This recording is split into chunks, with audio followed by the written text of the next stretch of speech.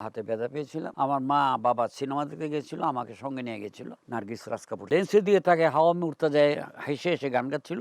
আমি তখন ভাবলাম আমি তো হাতে ব্যথা পেয়েছি, আমাকে আদর করে করে হেসে গান গাচ্ছে। 4-5 পড়লাম, তখন থেকেই লুকায় সিনেমা দেখতাম আর মার খেতাম।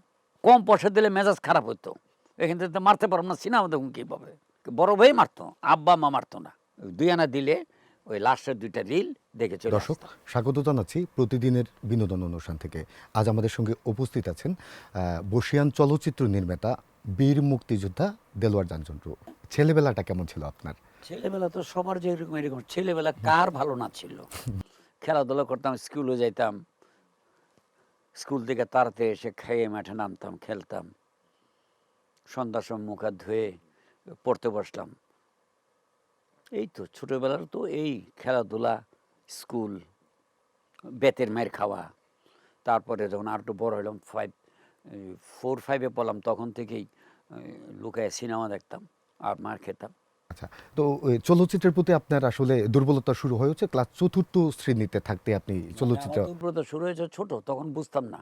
আমার মা বাবা সিনেমা দেখতে গেছিল, আমাকে সঙ্গে নিয়ে গেছিল। হাতে ব্যথা পেয়েছিলাম, তো খুব ব্যথা, কান্নাকাটি করছে। পরে আমাকে সঙ্গে নিয়ে গেছে। ছবিটা রাজ কাপুরের 1949-এর ছবি। রাজ কাপুরের প্রথম পরিচালনা, নার্গিস রাজ কাপুর ছিল। তো প্রথম দৃশ্যই ছিল হাওয়া মে উড়তা যায় মোরা লাল দুপাট্টা। মানে এটা খুব হিট গান, এখনও মানুষ জানে। তো লেন্সের দিকে তাকিয়ে যখন, ক্যামেরা লেন্সের দিকে তাকিয়ে যখন কথা বলে বা গান গায়, তখন মনে হয় অডিয়েন্সের দিকে তাকিয়ে কথা বলছে লেন্স। তো লেন্সের দিকে তাকিয়ে হাওয়া মে উড়তে যায় হেসে হেসে গান গাচ্ছিল।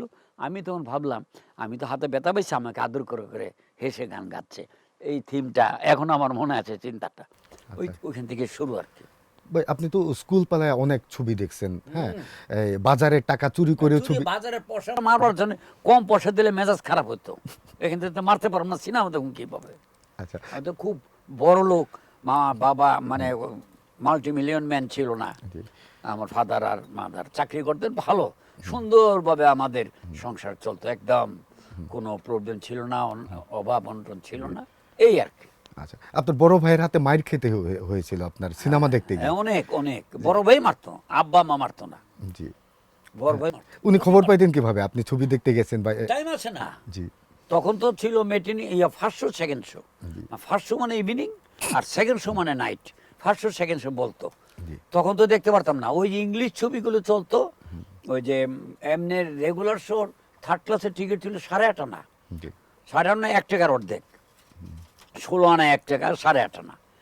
আর ইংলিশ ছবিগুলো চলতো মর্নিং শো, জি। শুক্রবার আর রবিবার। রবিবার দিন ছিল সরকারি বন্ধ, শুক্রবার ছিল স্কুল বন্ধ। জি। এই তখন মানে মর্নিং শো দেখতাম, ওই তখন ছিল 3.5 আনা, জি। 16 আনার 3.5 আনা দেয় টিকিট কেটে ইংলিশ ছবি দেখতাম। পরবর্তীতে আরো 5-7 বছর পর 3টা শো শুরু হলো রেগুলার, জি। ওই মানে বাংলা ছবি, জি। উত্তম কুমার, সৈতা সেন, তারপর হিন্দি ছবি দিলীপ কুমার, মধুমালা, নার্গিস, রাজ কাপুর। তখন মেটিন, ইভিনিং, নাইট, জি। এই 3টা। তখন মেটিন নর্মাল, তখন মেটিন শো দেখতাম। শেষ দৃশ্য কম দেখতাম, সন্ধ্যা হয়ে যায় চলে আসতাম বাসায়, সন্ধ্যা দিয়ে দিলে মা। তারপরে তো তুই খেলাধুলা, তুই মারতো বাসার সাথে, তুই কোথায় ছিলি? আমি তো ওই পাশে যে বাগান আছে, বাগানে ওইখানের মধ্যে আমরা হাডুডে খেলছিলাম। না ওখানে খেলা হয় না, মারতো।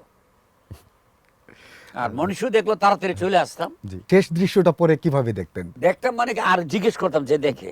তারপর যদি দেখি যে আমার ভাই আজকে রবিবার ওই ইয়াতে চলে গেছে, 10-এ পড়ে, 9-এ পড়ে, জি।